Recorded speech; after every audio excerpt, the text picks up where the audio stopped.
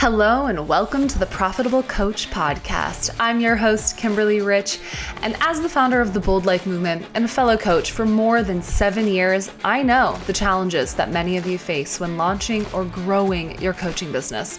And I'm here to pull back the curtain on the coaching industry and help you overcome roadblocks to make the impact you were born to make. Each week, I'll be interviewing successful coaches from every corner of the industry to share exactly how they have managed to generate massive impact and income. From strategy to psychology, we cover it all. This show is presented to you by Transformation Academy, a global marketplace of courses and coaching certifications. So whether you are already part of our epic community or you're brand new to this show, if you're ready to learn what it takes to turn your passion for service into a profitable business, then keep listening. You are in the right place. Welcome back to the Profitable Coach Podcast and Happy New Year. I am so excited because today is episode 26 with Hannah Becker, and I just really loved this interview. I found it so insightful. I felt like we got really under the hood of human design and got to go a little bit deeper into what makes each individual's human design chart so special, so unique, and really how you can leverage that information to create a business and ultimately a life that lights you up, that feels easy and flowy and fun, and that leverages your superpowers and it turns your quote unquote flaws into gifts, right? So on today's episode, I want you to pay special attention to whatever your unique energy type is and your Sacral Authority. And if you want to know where to go get that information for free, then head to theprofitablecoach.com/026, where I've got 2 different resources that you can use from today's conversation, and you can pull your own human design chart. All you need to know is your birth time, birth date, and the location of your birth. So I won't waste any more time. I'm really, really excited to share Hannah's story with you and her expertise. So without further ado, please welcome the one and only Hannah Becker. Hello, everyone. Welcome back to the Profitable Coach Podcast. I'm so excited today because I have with me Miss Hannah Becker. Welcome, Hannah. Thank you, Kimberly. I'm so happy to be here. Yeah, so Hannah, I'm so grateful to have her because we connected in a mastermind group that we're both a part of. And I was asking the group if anyone was a human design expert because I'm really interested in the power of understanding our human design chart. And then Hannah and I just happened to connect on a more personal level. And so this is such a treat because now we get to actually see each other face to face and go deep into what her unique coaching journey has been. So thank you so much for being here. I'm really excited to kind of dive into your story today. Yes, I'm so excited to not only just tell the story, but to connect people even more deeply into the understanding of themselves. I think that's really what I'm so passionate about, and what, I've been talking a lot about in my marketing and in my business is how we really are our own golden ticket to success. And the framework of how that can actually function is within our human design. So super excited to be here and to explore all of this with you. So thank you for having me. So tell me a little bit about how you found human design and then decided that it needed to be part of your coaching repertoire. Did one come before the other, or what was the evolution? Yeah, great question. So I'm going to start a little further back to give some context. Human design was something that I stumbled upon within the last 5-6 years of my journey in my life. However, I have been dabbling in spiritual and religious areas since I was a kid. When I was really, really little, I was raised in a very fundamental Christian home, and this fundamentalist journey took me on a journey towards all opposite ends of the spectrum of spirituality. So I ended up going very far into atheism and very far into spirituality and Christianity. I actually went to a Christian college for a few years. And then through this process of really, I like to call it, I had to kind of lose my spirituality in order to really gain it back in a way that's something that I can really embody and integrate into my business, because so many of us were force fed whatever it is that our our parents or our school or our culture tells us we need to believe and understand on a spiritual level. And then I came around to human design after I had already gone through this whole transformation and sort of just this evolutionary healing journey around spirituality, which actually brought me to human design. And at the point when I discovered human design, I was still a major skeptic. I was like, I don't believe in astrology. I don't really believe in human design. But then something that the founder of human design actually said on a podcast I was listening to, or on a YouTube video rather, was don't take me for my word. Like, don't take human design because I'm telling you about human design. Don't learn about human design because I have any validity. Do the work and see if it works for you. It was basically an open invitation to explore and to see if it could work, if it could make an impact in my life. And that felt like the energy of that felt so different from any other religion. It's not a religion, but from any other belief system that I had ever studied. It felt like this opening to really validate it for myself. And that's actually what ended up happening. I ended up getting a few human design readings, and then I started reading books, and then I started just going really deep into it for myself. It was really for me only originally. And then I started to find all of these ways that it could apply into business for me, and using my own design and personality as the blueprint for how I run my business has really empowered me to step into a more scalable, solid foundation and framework for my business based on and around my gifts. And so that was the evolution. I was already a coach when I discovered human design, but I was really focused on strategic implementation, which I spent 10 years in marketing before becoming a coach. So I really know it like the back of my hand. But human design was a portal for me to take my learning and my embodiment to a level deeper, where my business no longer felt like the hustle and the overdoing, overseeking, what I call outsourcing power. And then human design was a portal for me to then start resourcing back my own level of power. And it changed everything for me. Yeah, I love that you say, human design, there's no dogma. I love the way that it's Richard Rudd, right? He's the founder? Or is that Gene Keys? I might be confusing. It's actually Ra Uru Hu is the name of the founder. He has another name that he goes by, but that was his birth name, but that's the name that he goes by, is Ra Uru Hu. Uru Hu. I don't want to go too far down into the Gene Keys rabbit hole, but I'm just curious if you've explored it at all, because I'm pretty sure that's Richard Rudd. Yeah. Yes. Gene Keys and human design, they're very complementary systems. In fact, they go together. Yeah, totally. So I'm curious, what is your human design energy type? Is that what they're called? Mm-hmm. Yeah. So I'm a manifesting generator in human design, and just a few other pieces that people often ask about is your profile lines. So I'm a 6'3", and I'm an emotional authority.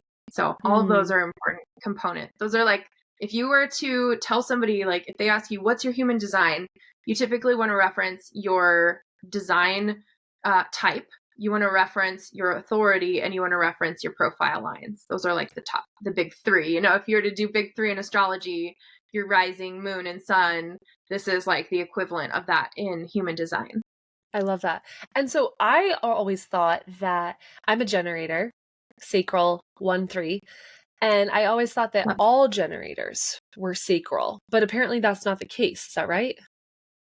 Yeah, that's correct. Well, it's not necessarily that all generators are not sacrals. It's more so that every generator and every manifesting generator has a defined sacral, meaning we have consistent access to sacral energy.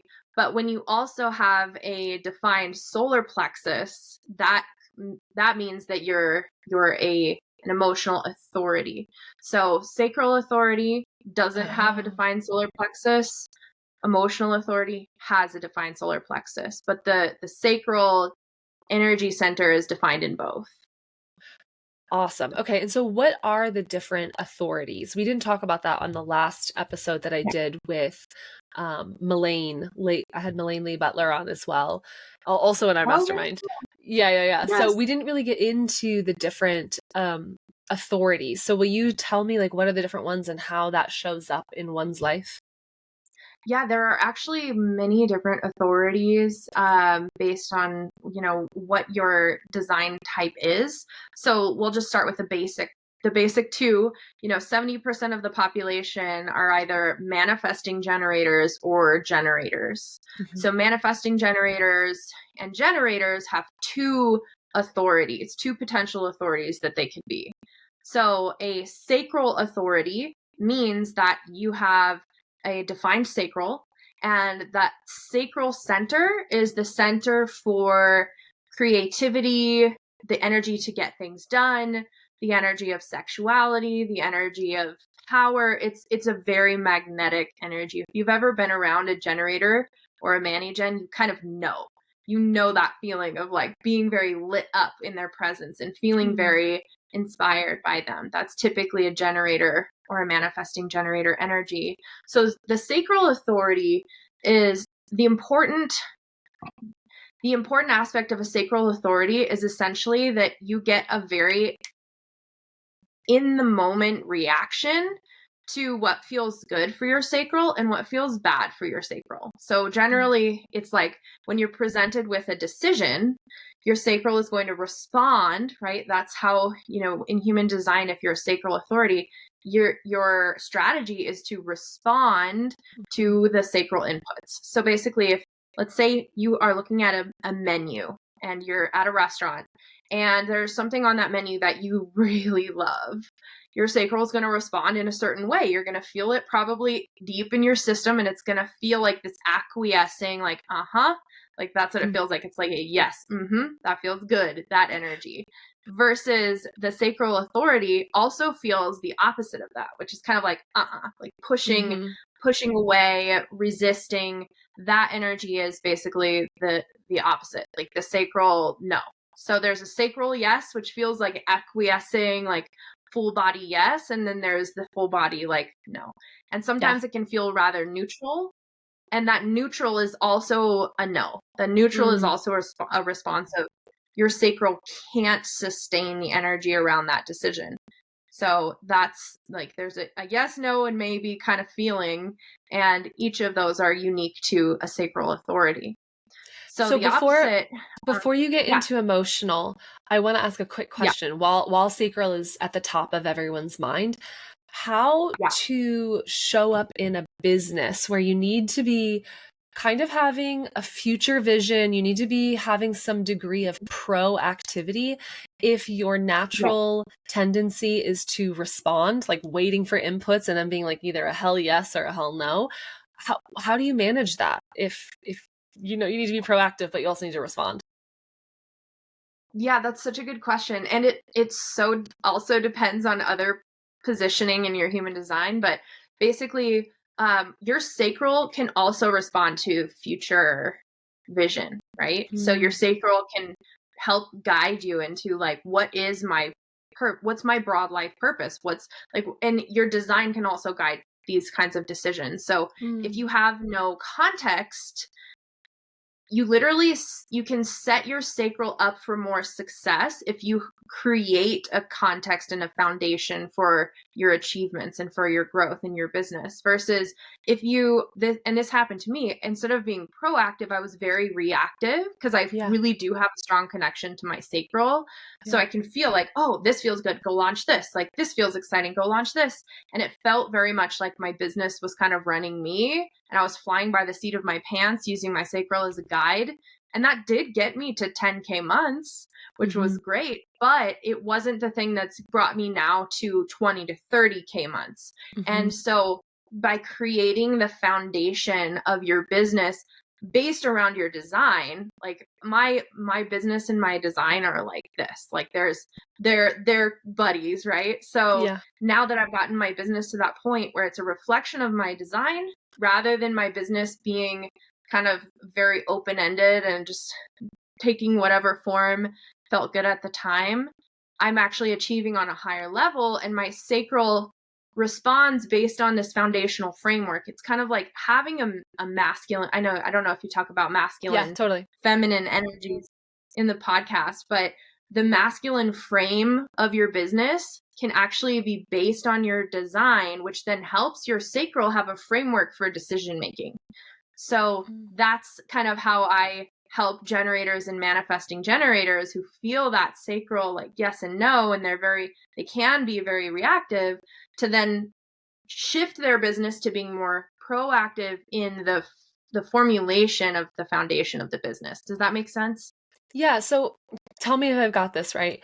You essentially feed your sacral some hypothetical future things to be responding to. And if it excites you, then you lean into that foundation.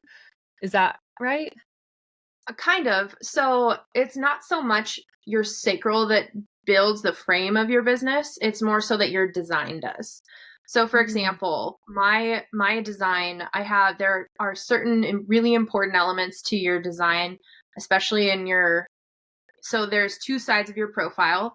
There's one side that is your conscious, and that's your personality. And then there's the unconscious side, and that is your design. So you have your personality and your design side, and there are certain gates within those two segments that really can lay a powerful foundation for your business, for your messaging, for what you're here to do. So the way that I leveraged that was basically your sun gate in your human design is your general personality, like what you should be amplifying through your business. And then the second gate down is your genius, which is your grounded earth energy. And that earth energy is what you're here to express your sun sign through. So the earth grounds that sun energy by giving it kind of it's your genius zone. So if you base your business off of your sun, your grounded earth, and then your conscious Mercury, which is your messaging, like what you're here to say, what you're here to do, this creates a framework that your sacral can work within, because it's already working with your design all works in tandem together. So this gives your sacral kind of a support system rather than having it be kind of frameless.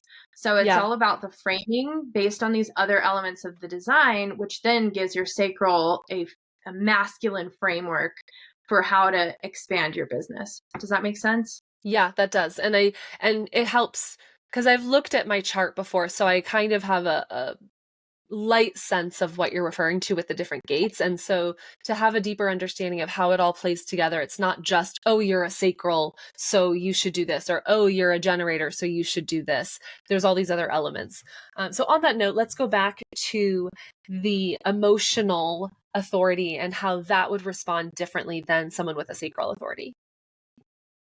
Absolutely. So I'm an emotional authority, which means that I have very distinct emotional waves, and mine usually coincide with the lunar cycle or my own personal hormonal cycles.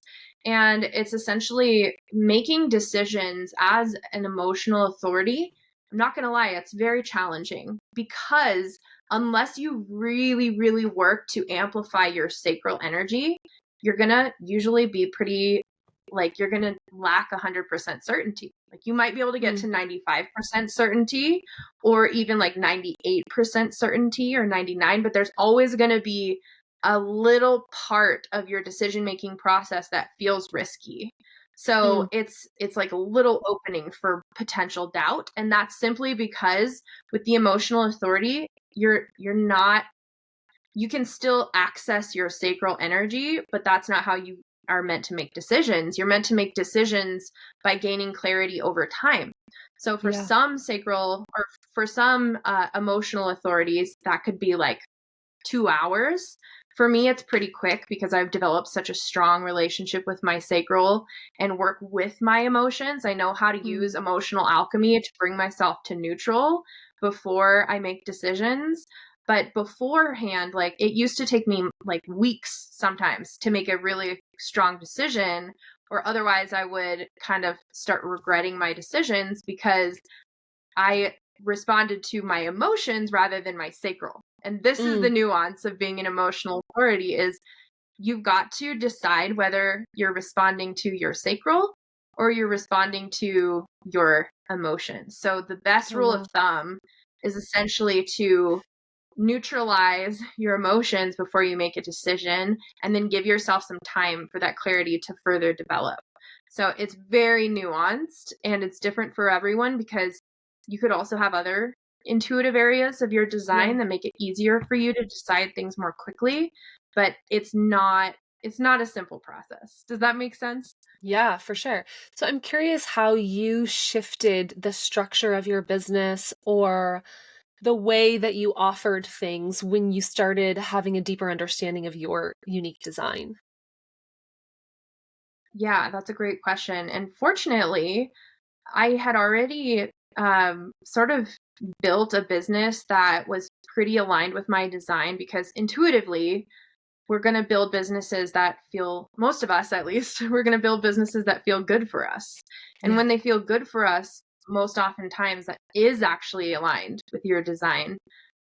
However, it did change a few really important things.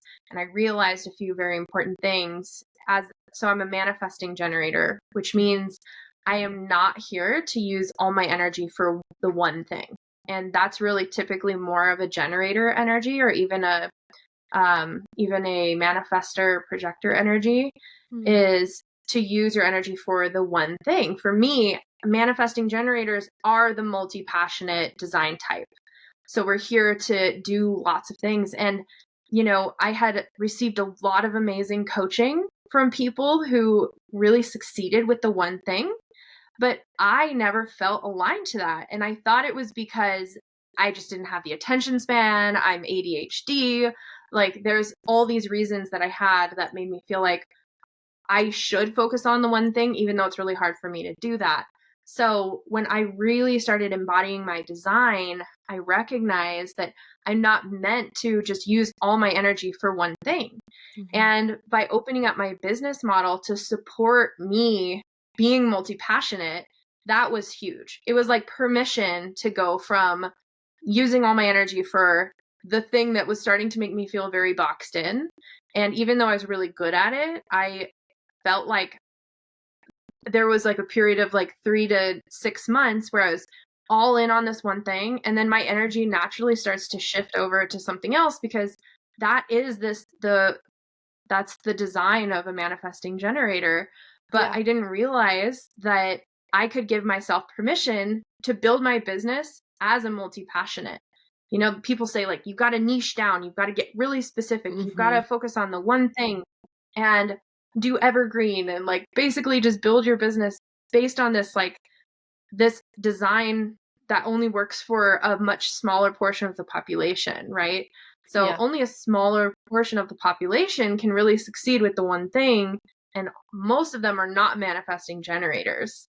So by owning the fact that I'm a mani-gen, owning the fact that I'm a multi-passionate and I don't have to box myself in, that lifted the weight from my business and then allowed it to become like a playground for me. And it now feels like very artistic, like I'm creating a body of work based on all these different areas that I'm passionate about. And it doesn't have to feel stifling because you don't need a specific niche all the time. You don't need a specific one thing focus to be successful. I hope I'm not putting you on the spot with this question. No, please do. Human design, I'm a generator. Enneagram, I don't know how familiar you are with Enneagrams, but Enneagram, I'm a 7. So 7 likes a lot of variety. They're all about more. If you looked at my crafting repertoire, I have stuff Yeah. from like every different type of hobby you could ever imagine. I feel in my business and in my life that I'm incredibly multi-passionate. And Yeah. when I am really lit up by a project, I can create that boundless energy for it. And if it's a small enough project, I can bring it to fruition and actually complete it. But if it's a larger project, I tend to get bored. That's the 7. I tend to get bored before I get to bring it fully to life. And Yeah. so I'm curious what you would say to someone who's like, I kind of feel like I resonate more with the multi-passionate Manny Gen, or my Enneagram is like in competition with my generator. How do I finish projects? Like, this feels like a lifelong journey. How do I finish projects, Hannah? Well, there's actually a few gates to look at that can really tell you whether or not you have the innate energy to bring projects to fruition. There's actually some channels and some gates where, people are meant to bring projects fully to fruition, and that is more of a generator energy, but it could also be a projector energy. And it's not necessarily to like do all the work yourself. It's more so to be the overseer of said projects. So there's some nuances where, you may resonate with like being multi-passionate, but you also don't have the gate that's defined that tells you that you have the energy to bring projects to fruition, right? Mm-hmm. Or you could have an open mind, which means you find inspiration everywhere. And then you find inspiration, and then you have your sacrals responding positively to that inspiration. And then you do learn multiple things and have the energy to be multi-passionate because you have this open head or this open mind. So it's not just as simplistic as like, this is all Manny gens or this is all generators. It's like, this is kind of the foundational energy. Like for a generator, the main foundational energy is just that ignited sacral, right? The sacral is defined. So you do have the energy for creativity. You do have the energy for even having maybe in some cases, like longer term energetic output than a manifesting generator. It's not that you aren't multi-passionate by design. Yeah. It's that your energy is simply that sacral. That makes sense. Defined sacral. So yeah, it's more nuanced because it's like, you could be a projector and have a lot of creative energy. And it could also be that you're spending a lot of time around a generator or a manifesting generator, and they're helping to fuel your creativity. So you're like, I feel like a projector. I'm a projector, but I feel like a Manny-gen because I've got all this stuff going on and I'm doing all the projects. And you could just be surrounding yourself with the right people. So human design is very nuanced, and there's hundreds of data points in every design chart that would help me to explain like why you feel like a Manny-gen, or what's known as like the archetype of the Manny-gen, even though you're a generator. And you can still experience qualities of both, even if you're not fully a manifesting generator. How did you educate yourself enough on this thing that has so many different data points so that you can look at someone's chart and immediately like remember, oh, this means this, this means this? It just feels like so robust. It is. And it did take time. So the way my evolution was like, I basically started with just deep diving into my own chart. So I learned about all of my gates. I learned about my conscious and unconscious design. I learned, and I deep dove. I don't know the right term. Yeah. I did a deep dive using this really amazing website. If you're not well versed in human design, it's an amazing place to start. It's called Genetic Matrix. The Genetic Matrix has an interactive design chart, which basically allows you to like click on different parts of your design and it'll tell you about it. So it's very user friendly, and I'm a very like show me person, like show me how to do it and I will learn how to do it. And that was my gateway into really understanding all these different gates. And then I just started doing readings for friends and family members. And then slowly that evolved into me integrating it into business. And so I've probably done, I know I've done hundreds of readings in the last 2 years, but it's really just came from practice, right? And from reading books and taking seminars and courses and just really immersing myself in the knowledge of it. So it just was years of research. And so as a multi-passionate Manny-Gen, how did you decide to kind of go all in on this framework and really leverage the discipline and the commitment to learn enough and master it so that you could use it in your business? Yeah, it really came from this desire to work on my discipline and to work on my stretching my energetic capacity, because my entire life, my family will back me up on this. I have gone from one thing to another thing to another thing to another thing my entire life, and I've learned so much. And while that energy served me for, it really did serve me for learning all the things that I've learned, it didn't serve the broader purpose of me creating this long-term business structure and this long-term capacity to hold more people in a context. So that's like generally what mentorship and coaching is holding people in a context long-term and supporting them with that. And so human design is so vast that I'm still learning new things about it every single day. And so that part of my multi-passionate Manny-Gen self loves human design, because I don't know that you could possibly know everything there is to know about human design, because it's so different for every single person. Every reading is different. Every call I have is different. Every course I take is different, because there's so many different interpretations and things to learn. And it's just so vast that it kind of feeds that need for multiple like inputs and more. Yeah. I'm also a 7. So I need that more. And exploration is very important. I'm a Sagittarius. I need travel and I need to explore and I need to be multi-passionate. So it's very aligned with my Manny-Gen design. But as a leader, I desired to have a framework and to have a foundation of like, what is the context that I'm holding people within? And business, entrepreneurship, and human design were just like a natural fusion for me. Yeah. I also found it to be very validating. I mean, this is sort of the pro of any personality typing system that you can find. You were doing some readings for the women inside of our mastermind, and when you did my chart and you were like, yes, you have all this like bold fire energy in your chart, I just felt so seen. Yes. I think that's my favorite part about, that was how I felt the very first time I had a reading. My human design coach at the time, she did a reading and I was just crying because it was like I'd never felt so seen.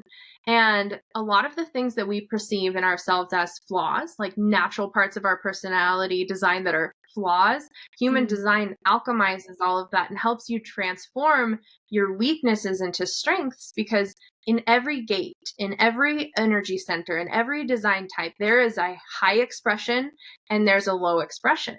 And so there's always this potential for expansion, and no matter where you're at. And by understanding that your flaws are actually like maybe just an expression of your lower expression of a certain component of your design, and then also understanding the opposite, it's like a direct instruction manual for how you can kind of raise your expression, raise your vibration, raise your leadership, step into embodiment for yourself, because embodiment looks different for everyone. And by evolving your own embodiment through human design, you evolve everything about you, your magnetism, your emotional intelligence, your strategic thinking, your ability to think, your ability to manage anxiety, your ability to show up and hold space powerfully by honoring all these parts. It's such a tremendous tool that if you actually take the time to learn about your human design, or you even hire a coach to show you how to interpret it, you will leave that space feeling more empowered, more strong, more powerful, more embodied, more magnetic. And that I've never seen another framework that could do that exact thing. And what more could any coach want than to feel all of those things? I'm curious Exactly. what are some different approaches? This is going to be kind of a hard question, so sorry to put you on the spot, but Okay. we'll start sort of high level, and then if you want to get into some of the more nuances of a chart, please feel free. But I'm curious if you're able to give us some examples of, if you have this energy center versus this one, this type of client attraction strategy would be better than over here. Or if you are this energy type versus this energy type, this type of marketing strategy or whatever, just things that different approaches that you've seen work depending upon people's charts, so that some of our listeners can be like, oh, that's me. Oh, I've been doing it this way. No wonder it feels arduous. Hopefully that's clear. Yes. Yeah, that is clear. Absolutely. Oh, I love this question. And I can give you just like the most, like, it's going to be so nuanced by every person's specific chart, but I can give you the general groupings for like marketing and attraction strategy by design type. Love it. So yes, this is such a good question. So I'm going to start with manifestors, because manifestors are one of my favorite energies to work with, because they're so unique and so just dynamic and strong. And the strategy of a manifestor is to inform. And so you're literally here to create. I mean, manifestors are visionaries. They are here to be a visionary with and for other people. And so you're here to initiate. What that means is you don't have to wait for some kind of divine intervention or to respond or for an invitation before you go and potentially even like reach out to people. Like you can when you feel grounded in your manifestor urges, which is what you're going to feel as a manifestor, is like this sense of like urgency towards a certain thing, and it's going to feel like inspiration. It's going to feel like a wave of urge, right? Manifestors have this urge that leads them to create, that leads them to initiate conversations. And so, a lot of coaches who get into business, they're like, I can't reach out to people in the DMs. That feels totally misaligned. And for a manifestor, that could actually be a strategy that feels good for you, to start conversations, to begin relationships, to maybe you see that person and you feel this intuitive hit, like I should reach out to them, not to just like immediately jump in their DMs and sell them, but you're here to be the initiator of relationship. You're here to be the initiator of community, the initiator of creations. So it's kind of taking the lid off of the way that, the spiritual coaching industry is so like anti DMs, like don't go and DM somebody, when in fact for a manifestor, that can actually be the most effective strategy you use in sales. So for example, I had a manifestor client who decided that she was going to start reaching out to some people because she'd been getting the hits, but she felt bad. She was like, I don't want them to think that I'm trying to sell them. I just feel really strongly that I need to have a conversation with them. And when she actually started giving herself permission to reach out to people, to initiate conversation, to initiate creations with others and collaborations, her business took off, and she went from like 0 to 5K months to an 8K month, and we're continuing to build. But all of this happened because she started to accept herself as a manifestor, and to actually go out and start implementing this initiating strategy. So that for manifestors is crucial. You are allowed to initiate. Love that. So that one is like one of my favorite ones, because so many manifestors feel like they don't want to bother people. They don't want to come off salesy. But if you can really be in harmony with your manifestor urges, you're going to experience influx of abundance in your business. Yeah. So let's talk about generators and manifesting generators. Let's. Generators and manifesting generators. which I know is like 70% of the population. So many of us in business are generators or mani-gens. And so when you have this sacral energy, that is your magnet. Your sacral is your magnet, and it is here to be a beacon of light for people. So if you are a sacral energy type and you're not giving people a space to feel your sacral, you're not going to sell. So if you're not creating space for conversations, for live trainings, for masterclasses, like people are going to feel distance from you. So if you're only focusing on written content, for example, which I did for a long time, you're going to probably see some, like your sacral can be infused into your content, but there is no more powerful sacral magnet than one that is live energy.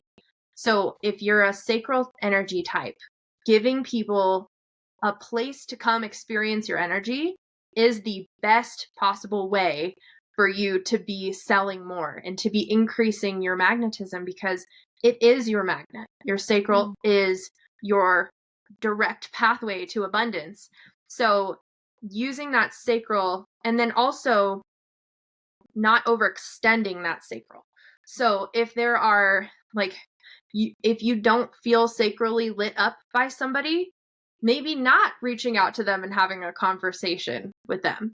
If you don't feel lit up about launching a certain program, listening to that feeling, listening to that, let me go deeper here so that I can like really figure out why I'm not feeling lit up about this thing that I was going to launch. Really being your sacral, being that the CEO of your business is such an amazing way to amplify your natural magnetism and then find your business coming into even stronger alignment with you. So you have a gift as a sacral energy type, mani-gens and gens, you have a gift. And your gift is literally to light up others. And if you're not in spaces where you can light up others and respond to the energy of others and how they make your sacral feel, you're going to find yourself struggling in your business. So that's really helpful. And then let's talk about projectors. Projectors are also I love all energy types, but projectors are so fun to work with because they're so insightful and they can see you on a level deeper than any other energy type, because it's just a natural quality. They don't have to try to become better readers of people. They naturally are that because their aura is what's known as focused and penetrating. So they can just kind of see into your soul. That's what projectors, what your gift is. So giving people spaces to experience that and only going and sharing your deep, insightful, powerful gifts and wisdom where you've been invited, that is the best sales strategy that I've seen work for a projector, is giving the space for people to witness you in your power as a coach, as a mentor, as a teacher, being able to read people and even a collective, and then to give your insights to that collective or to that one individual is the best sales tool you have because it's so natural for you. And so again, like being in spaces where you feel you're invited, you're welcome, your insights are welcome, and then allowing yourself to really shine your light and shine that, you have that defined throat, really allowing that defined throat to speak truth and manifest abundance in those spaces. So those would be like the main sales frameworks. There's a lot of nuance to it, of course, but and then, okay, I would be remiss if I were to miss the reflectors. Reflectors are 1% of the population or less, like very, very unique energy type. They have no defined centers.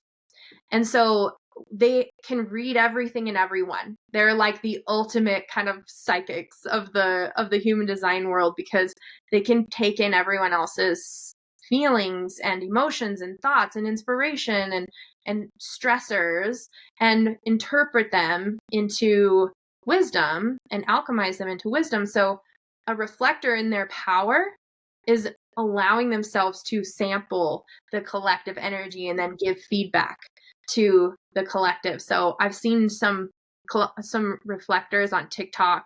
Some of my clients who are reflectors are like energy readers, and then they go and they share their wisdom in their social media platforms, and people are just like pouring in and following them on like massive levels because their insights are so deeply valuable and people resonate with them because they're the mirror. They're the ultimate mirror for society, for people, and the way that they can kind of take and it's called their aura is open, or it's resistant in sampling. So they can kind of sample the energies, sample like other people's vibes, and then give feedback about it. So they're the ultimate project. Like they're here to like give you guidance on how to move and how the collective can move forward. And by giving yourself a space where you can do that in your social media, you're going to attract a lot of people because you're using your gift for attraction. So does that, this is lots of nuance so helpful. Here, but no, you're giving me even more questions, Hannah. This is so insightful. Yes. Okay. So now that we have kind of a high level understanding of the different ways that manifestors, mani-gens and generators, projectors and reflectors operate, what some of their superpowers are and their innate magnetism, I would love to know what you think, if you had to, very high level, this is not written in stone, if you had to pick a model for, or a type of package or offering based on each personality, based on each energy type, let me know what you think about my guess. Okay. And then I would love your answer. So I've been thinking about this a lot lately, and I'm wondering if projectors are really well suited for one-on-one, and generators are maybe better suited for group coaching. And then I don't know enough about manifestors or reflectors to venture a guess, but I'm curious what your thoughts are on that.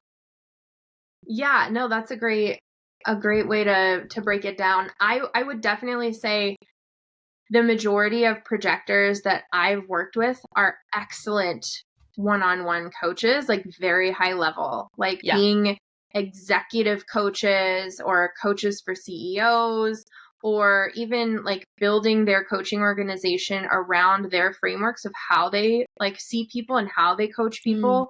Like that can be, there's a scalable model for projectors. And that's something, most projectors who I work with, they are afraid that maybe their skills are only set up for one-on-one. And that makes them like, am I ever going to be able to like scale my model? And the answer is yes. You have a scalable framework that you can teach. You innately created it. It's how you read people, and then how you respond to them, and how you hold them, and what processes you take them through.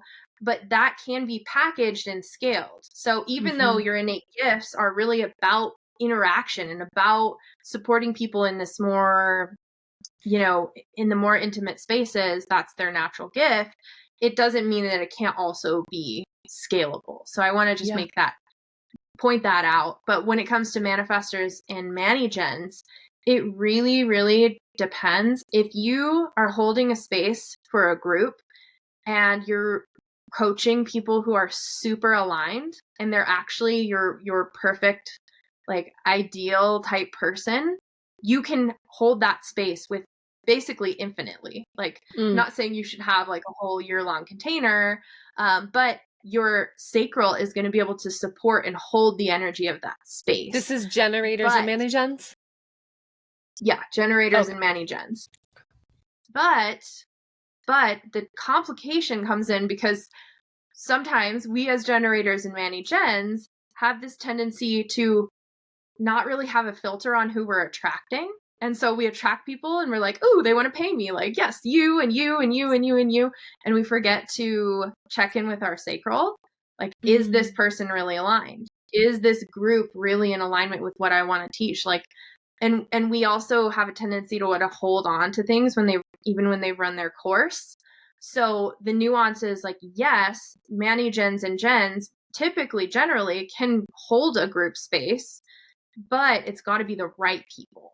And if it's not the right people, it's going to tax your sacral, and your sacral is going to start feeling like, instead of feeling lit up, it's going to start draining. Does that make sense? Makes total sense. Yeah. And I imagine the same goes for one-on-one. Absolutely. Yeah. Absolutely. I think that I assumed that because I was reflecting on one-on-one clients that I've had in the past that weren't as energy giving as other ones, or as maybe more of the group coaching containers that I've been in. That's really, really insightful. Yeah. And, manifestors are really here to start initiatives and projects. And then same with projectors, like you're here to kind of like, you're not here to do everything in your business. So that's the trap that actually all energy types have a tendency to get into, is like we stay solopreneurs and then we cap ourselves and we don't expand with our capacity. Like our capacity expands, but our business doesn't, because we're not setting up a framework for ourselves. So yeah. But especially non-sacral energy types, reflectors, projectors, and manifestors, if you don't have a team, you're not going to have the scalability factor, and you're also not going to have the energy to keep your projects going, right? Because that inconsistent access to the sacral means you're not here to be a solopreneur for your whole life. And if you are, your business has to be designed so that it doesn't drain your energy. And so charging really high prices and working like with very select people is one way to kind of protect your energy, and having like specific contract lengths instead of kind of longer term for non-energy types can be I hate to like put any rules on this, because it's so depends on your gates, your channels, your defined and undefined centers. But typically, if you don't have a defined sacral, having a team can set you free in business to actually scale. And when you do have a defined sacral, you're not necessarily supposed to continue doing everything in your business, but you do have the capacity for getting yourself to a certain level because you have that consistent sacral energy. So for me, like I have myself and I have one employee right now, and we as a team are going to get to 50K months before we add more team members. Yeah. And that's maybe not necessarily the right strategy for a lot of manifestors, projectors, or reflectors. So that's so there's helpful. Nuance, of course, and you're going to get sick of me saying that, but it's just very dynamic. Yeah. Yeah. I love this. I have a couple more questions. Do you have the bandwidth? Do you have the time? I do. Yeah. Okay, cool. Absolutely. We're at the top of the hour for anyone who's listening to this. So kind of along that same vein, I'm wondering, I find this so helpful, Hannah, and I feel like the listeners will too. I'm wondering if you have any insights on which social media platforms would be better based on certain aspects of your chart, whether that's energy type or authority, because I find that some people really thrive on like the Instagram story daily thing, whereas other people really thrive on like a longer form YouTube model, or some people really thrive with writing. So I'm just curious what you think about that. Yeah, that's such a good question. And I think it really depends on, it very much depends on your unique design. However, I will say generally, if you are a Manny Gen, longer form content where you're not responding to anything can be very difficult. And it's same with a generator. If you're not like, if you just have a solo podcast where you're expected to talk by yourself for 45 minutes and you don't already have like things to talk about, that's going to feel kind of shitty. That's going to feel kind of, I don't know if I'm supposed to say that, but it's relate. Gonna feel, yes. This is why I do interviews. You need to be responding. So if you're a Manny Gen or a Gen and you're not setting your social media up to where you can be answering questions and being in conversation with other people and just kind of feeding off the energy, then it's going to feel like, how do other people do this? Like whereas my manifestor coach, I have a manifestor coach who can literally get on and film herself doing a YouTube video for an hour. And I could never even dream of doing that, like by myself. That would not, like, I could not put myself into that kind of energetic space to do that. So generally, projectors have, when they are given an invitation, like if they were to get on, like have an invitation to a podcast interview or have an invitation to be on somebody's Facebook Live or collaborate with somebody, that's also a really great way for them to showcase their tools, because that ability to read people, like doing live readings, if you're a projector, is a great way to capitalize on social media. And not to say other types couldn't do that, but it's going to be especially effective for projectors to be like doing live readings, doing intuitive work live, or even coaching people live or being interviewed. That's going to give you the ability to showcase and shine your light. Whereas like reflectors and manifestors have this pretty unique capacity to be kind of solo, longer form content where they're reading. So reflectors are going to be like doing like reading the collective. I've seen this happen on TikTok a lot. Reflectors do great on TikTok where they're reading collective energy and then they're giving their response and feedback, and they're giving their like insights and intuitive reads. And manifestors are great teachers, and so they can get on and just like teach about one thing for an hour, and it doesn't matter if anyone else is in the room because they don't need to be in response. They need to be in initiation. Yeah. So generally, I would say a lot of Mani-gens and gens really thrive on Facebook and Instagram because they're in the responsive energy, because there's a lot to respond to, where non-sacral energy types can also thrive on those platforms, but the way that they show up on those platforms has to be different, because what feels good is going to be different. Oh, so helpful. I feel like everyone listening should just go book a 90-minute session with Hannah right now. That would be so fun.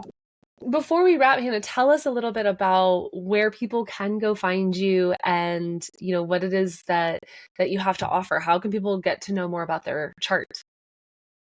Yeah, absolutely. So I'm actually going to be launching a human design membership. That is something that I haven't actually talked about on my socials yet, but for anybody who's really interested in learning and not quite ready to make that leap yet to coaching and integration, the membership is a great way to start. It's just $49 a month, and it's got tons of resources.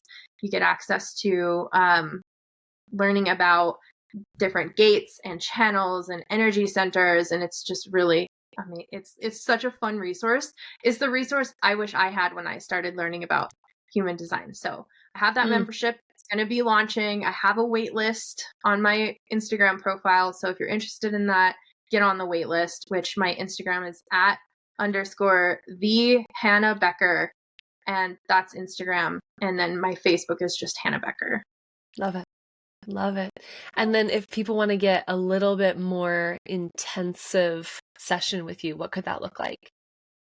Yeah, I offer a human design deep dive. And that deep dive is a 90-minute reading where I will, based on what you already understand about your design, I will deliver a unique reading of your design, your energy centers, your most important gates, your most important elements of your design and personality. And then you get a week with me in Telegram where you can ask questions. I can coach you through embodying these things even more in your business.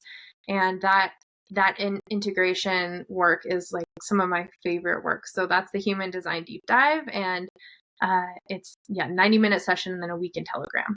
Love it. And people can get access to that on your Instagram as well, I imagine. Yes. Okay. Absolutely. Perfect.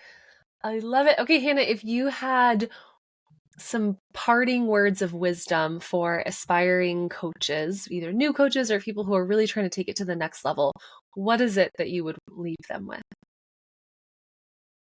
Yeah, this is I've been asking myself this question for the last few days as I've been really reflecting on 2023, looking forward into what is the new year going to hold. And I would really just remind people to have so much fun in your business. That's why I love human design. Is it feels like fun. It feels like something I can tweak and learn and deepen and embody into more and more. And if your business is not currently giving you enjoyment, fulfillment, really allow yourself to listen to where you feel lit up. Your light up is the most important part of your design, period. Whether you're a projector, reflector, manifestor, mani-gen, or whatever, your light up is everything, and it is your magnet. So whether you describe it as your sacral energy, or you describe it as your unique magnetism, or you just describe it as your zone of genius, your light up is everything. And if you can sustain your light up, you will have a successful business. So have fun in your business this year. Infusing your business with some elements that maybe you weren't ready to play with before can be a really great way to bring some edge back, bring some capacity back, bring some expansion. So just have fun in business. Like at the end of the day, if your business doesn't give you freedom or fun, then it needs to change. I love that.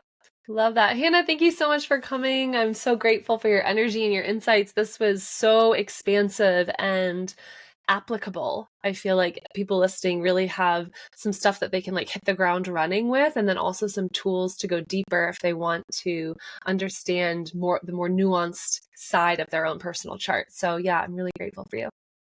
Yeah, same. This was so much fun. Thank you so much for the opportunity to just allow, this conversation is a perfect example of two sacral energy types in response with each other, right? Like you have amazing questions, and this conversation is lighting both of us up, and you can feel it. Like if you're in the audience right now, you can feel the way that this conversation was so natural and fun and nuanced.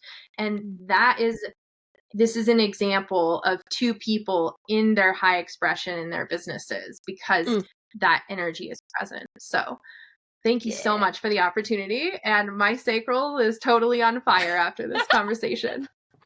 I love it. I'm sending you big hugs, Chica. Mwah.